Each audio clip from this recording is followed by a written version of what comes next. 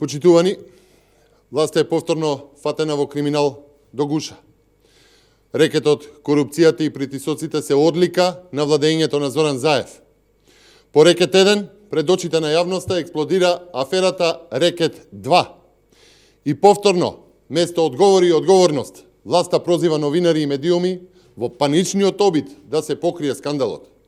И повторно, во аферата се вклучени меѓународни компании кои доаѓаат од земји, пријатели на Република Македонија. Почитувани, не смее да минуваат месеци без да се расчисти оваа афера и да нема соодветна и професионална истрага.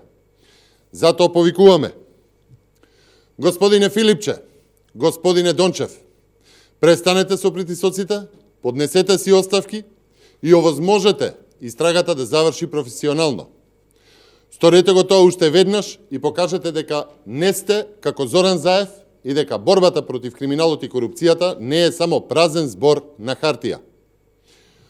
Почитувани, октоподот на власт рекетира компании и лица со вклученост на сиот правен јавно-обвинителски и финансиски систем. Рекетот 1, скандалот, кој што сите го видеа и го слушнаа, ниту е единствен, ниту е прв.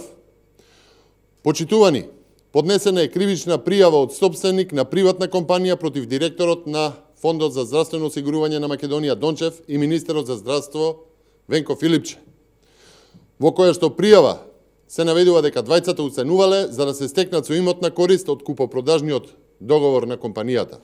Рекет 2. Во пријавата стои дека со тоа бил запознен и Зоран Заев. Се работи за големи компании, а во разговорите бил вклучен лично и амбасадорот на Шведска. Почитувани, Дончев е збунет. Ни тој не може да се оправда зошто се мешал во односите на приватни компании. Денеска соопшти дека го предупредил странскиот инвеститор во јануари 2018 година, иако немало никаква правна основа за тоа. Сушност, истрагата е започната дури 10 месеци потоа, за од ноември 2018 до сега се уште нема ништо од неа. На денешната пресконференција на Ден Дончев, директорот на Фондот за здравство не одговори јасно дали се знаел и дали имал контакти со Зоран Милевски Кичеец. Тоа е истиот тој кој што ги носеше парите, рекетот од случајот Рекет 1. Тој децидно не негираше дека вршел притисок врз приватната компанија со уцена преку спречување на нејзина продажба на странски инвеститори. Дончев денеска децидно не демантираше ниту злоупотреба и вмешаност на управата за финансиско разузнавање за притисок врз приватната компанија. Почитувани, намерата е јасна.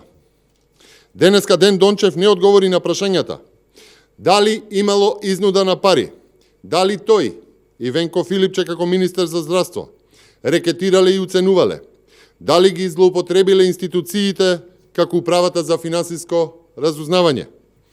Дончев не одговори зошто фондот со кој што директорува, ако има сомнеш во работењето на компанијата, чија што продажба се обидел да ја спречи, продолжува да работи со неа и непречено да ја префрла пари уште од јануари минатата година, кога се обидува да ја наштети при договорот за продажба.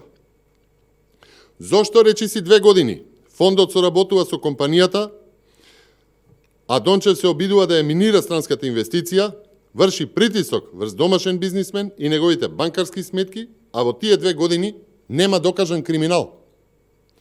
Почитувани, тука би појаснил дека ниедна сериозна странска инвестиција, странска компанија не би инвестирала без да направи сериозна анализа, уште помалку ако во тоа се вклучени и дипломатската мрежа на државата од каде што е инвеститорот. Ова е срам за Македонија, ова е пораз за Македонија, ова е девастирачки за економијата, бизнисот, за иднината на Република Македонија. Почитувани, ова е голема афера за која што сделката е видлива, намерата е предвидлива, злоупотребата на институциите е јасна. Ова е афера која што е уште еден доказ, случај за рекетарското здружување на власта. Ова е уште еден рекет, корупција и криминал, кој што излегува од границите на Република Македонија, како што беше и со Леонардо, како што беше со Рекет 1, така е и со Рекет 2, случајот на Ден Дончев и Венко Филипче.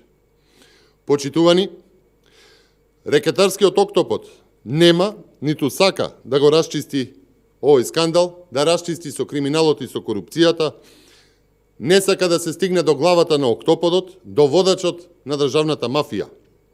Колку побрзо се распишат предвремени избори, толку побрзо правото и правдата ќе ја преземат работата во своите раце.